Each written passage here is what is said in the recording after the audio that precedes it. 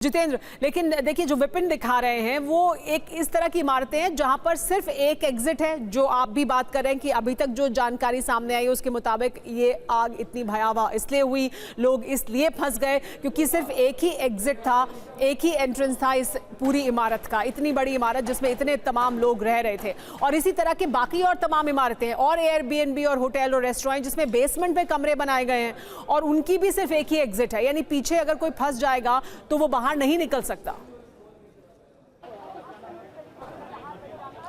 जी बिल्कुल से मेरा देखिए अमूमन इसी तरीके के बीएनबी इस पूरे इलाके के अंदर बने हुए हैं।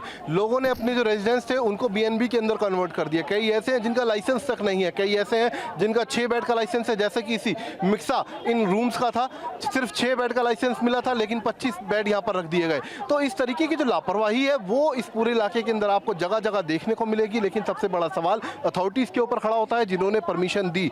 आखिरकार जिनकी नाक के नीचे इस तरीके के जो होटल्स है वो यहाँ पर चल रहे थे उनको अनदेखा किया गया, और जब अब ये बड़ा हादसा हुआ उसके बाद अब सबकी नींद टूटी है और अब सब कार्रवाई की बात भी करने लगे हैं।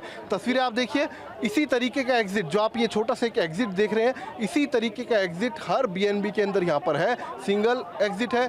यही वजह है कि ऐसे में अगर कुछ हादसा होता है तो उससे निकलना बेहद मुश्किल हो जाता है। जैसा कि इस हादसे के दौरान भी हुआ, इस बिल्डिंग में जो लोग अंदर फंसे हुए थे वो जैसे ही रास्ते पर आग लगी, इस एग्जिट के ऊपर आग लगी, वो बाहर नहीं निकल पाए और किसी तरीके से कूदकर उन्होंने अपनी जान बचाई, बल्कि 21 लोगों को जान गंवानी भी पड़ी। तो इसी तरीके के जगह जगह इस पूरे इलाके के अंदर आपको बीएनबी बने हुए दिखाई देंगे जिनके ऊपर अब कार्रवाई करने की बात यहाँ पर कही जा रही है। और विपिन चौबे जो हमारे कही जा रही है जितेंद्र, लेकिन कार्रवाई होगी या नहीं ये सवाल है, क्योंकि अगर कार्रवाई करनी होती तो वो तो पहले भी की जा चुकी होती।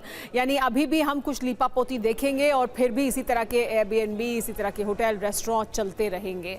क्या वाकई कार्रवाई की जाएगी? क्या वाकई कोई एक्शन लिया जाएगा, गंभीर एक्शन, ताकि लोगों की जो सुरक्षा है उसे सुनिश्चित किया जा सके?